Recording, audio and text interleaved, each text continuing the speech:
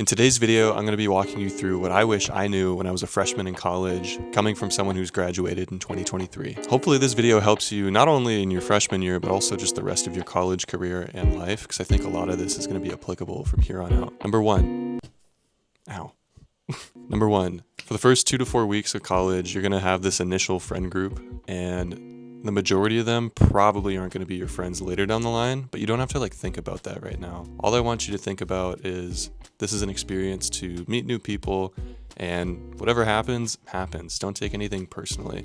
It's totally okay if your first couple friend groups fall apart, because this is a whole brand new group of people that haven't met each other, that are trying to figure out how they interact with each other, yourself included. Number two, when it comes to your life priorities and your career priorities, everyone is on a completely different timeline, and it's okay if you feel like you're either way ahead of people or way behind people. Just understand that your individual journey in life is singular, and nobody can take that from you. Number three, this one's for all my introverts out there, because I am exactly that person. Try to go to at least a couple parties, even if you feel like it's a waste of time. If you're super driven, you have this goal in mind, and you're like, oh, this is bro, you're 18, 19, 20 years old.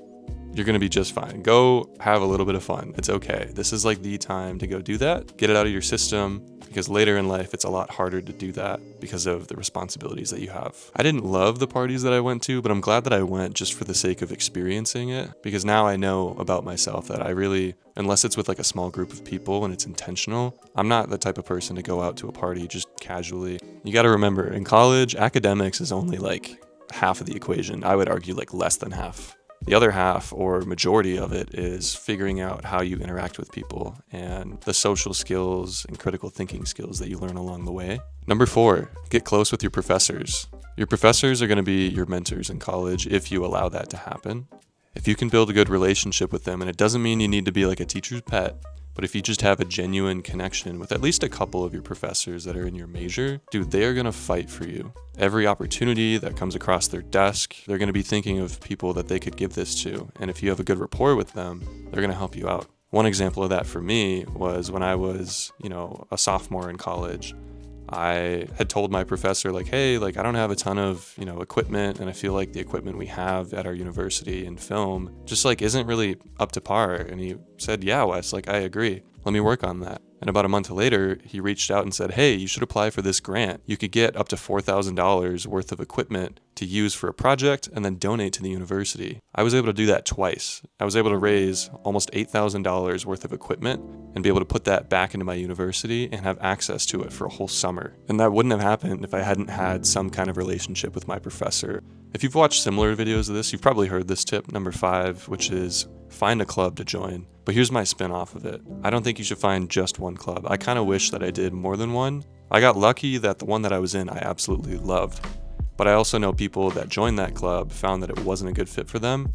And I don't know if they visited a different space beyond that, and then they were just stuck. If you find yourself going to a club and it's just not a good fit for you, don't let that discourage you. I want you to go out and try a different one. And eventually, I promise you, you'll find the one. I feel like I'm talking about a relationship. You'll find the one. But it's true. I think some of my best friends and relationships that I've had have come from a film club that I joined. And opportunity-wise, I got to travel to Chicago. I got to literally meet one of my idols in filmmaking, Danny Gewirtz. And that wouldn't have happened. Not to mention, your clubs are probably going to have resources. And if you can get involved with them, depending on what your intent in your career or life is, you could use that to your advantage. For me, my film club, we had about $10,000 of budget to spend every single semester. And I knew that we didn't have a ton of gear, and I didn't have a ton of gear. So I thought, what film equipment do I have? What's missing? What can I go buy to build my kit without owning the other stuff, which also benefits everyone else that's using it? That's the perfect world. You get to try out a bunch of stuff. You don't have to pay for it. And in that process, you get to understand, what film equipment you're investing into. And from there, you can just do a lot with it. Number 6, I'm going to burp. Nope, I thought I was going to throw up. Number 6, C's get degrees. Unless you're going to be a doctor or a lawyer or one of those big traditional career paths that require you to get a master's and then a doctorate, etc. If you're just here for your 4-year or even your 2-year, you're not going to get graded on your grade when it comes to the job that you get after college. So yes, study hard, but be intentional with what you choose to study about. Like for me, I'll be honest, I had to take an algebra class. I barely passed it, and I was perfectly fine with that, because why am I going to learn algebra when that's not going to be used in filmmaking for me? If your university uses a platform like Canvas, at least at the time of me filming this, one thing that you can do is go into all of your assignments for the year and enter a theoretical grade. I was able to figure out this one class, if I get a 90% on the final and at least a 50% on all the other assignments, these bonus assignments, I don't have to do any of them, and I would still have an A- or a B+. So if you have access to Canvas, you should definitely check that out, because for me, what that allowed me to do is save time. Yes, you could argue oh, Wes, you're supposed to learn this stuff for your critical thinking skills. I agree with that statement, but the difference is that for me, when I was in college, it was less about getting perfect grades and more about creating opportunities that would set me up for success. Now I run a production company in the Twin Cities where I create content for brands in the CPG space. And I think I'd be less far off than I am now had I taken that extra time to do, a few extra assignments or put a little bit more effort into that. There were some stuff where I put my absolute heart into it. One of those classes was a web series class for my film program. I probably spent 80% of my time when it comes to homework on that one singular class, but it's because I knew that this class was really going to benefit me and set me up for future projects. Some of these general classes, some are really interesting, and if you find interest in them for some weird reason, you should go explore that. But other ones, it's just, let's add to this discussion post that nobody wants to talk about. It's okay to kind of BS those, in my opinion. Also, if you're my professor watching this, I am so sorry, but I'm also not. Number 7, this is a bit of a unconventional one, but I think if you find someone that you like, even if they don't check all the boxes, you should consider dating in college. I'm not with any of my past partners that I dated in college, but I think the version of myself that I am today is a result of what I learned from those relationships and how they shaped me after the fact. And it's definitely not an easy thing to go through. So I'm not saying, oh, let me jump into a relationship knowing that it's not going to work out, because it totally could. I'm just one example where maybe it didn't work out. But I think the point is exposing yourself to people in a way that forces you to learn a lot about who you are, what you need to work on, and how to move forward. If it works out, great. If you get your heart broken, also great. Not in the moment, that shit sucks. But the version of you after that point is so worth it.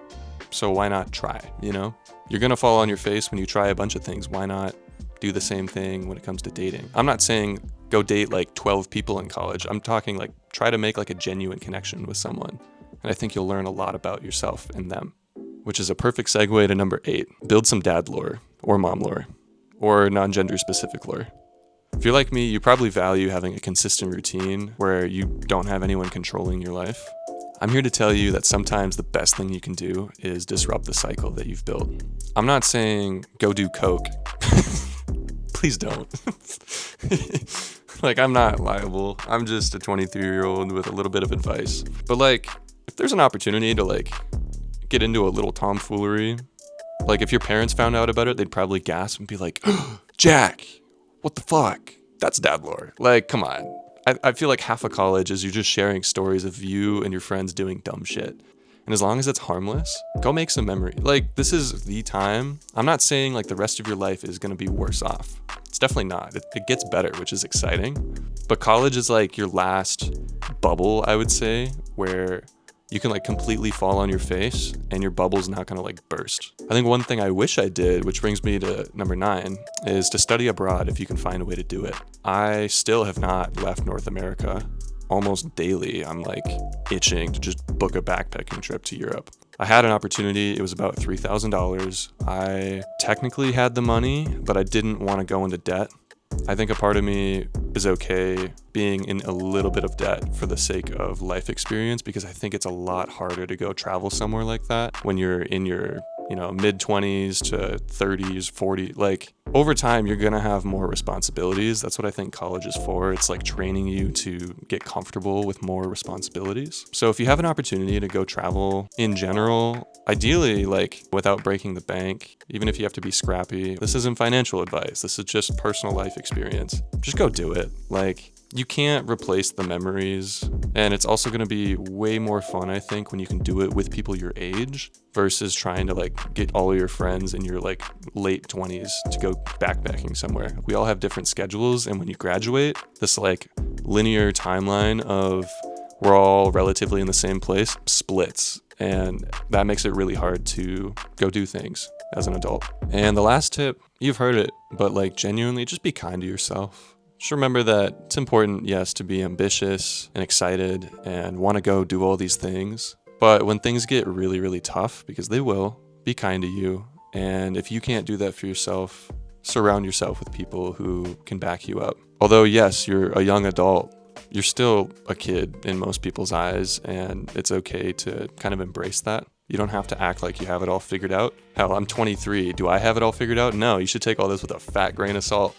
But yeah, just be kind to you. And it's easier said than done, but it really is going to help you along your way when things get tough. Okay, I lied. I have a bonus tip. Number 11, take advice from people that are in a position that you want to be in, and reject all advice from people that aren't in a position that you want to be in. If you want to pursue a creative career, but your parents or your uncle or whatever said, oh, you can't do that, go get a normal job, go put on a suit, fuck that. You're going to find people along your journey that are in a position that you want to be in. Lean on those people when it comes to advice if you can. And don't be discouraged if people tell you otherwise. Go with your gut. If you got value out of this video, feel free to drop a like and subscribe. Let me know in the comments what resonated with you. And if you have any additional questions, feel free to reach out. Oh, and one last thing. Good luck. Not that you'll need it, because you got it, but good luck. I'm excited for you.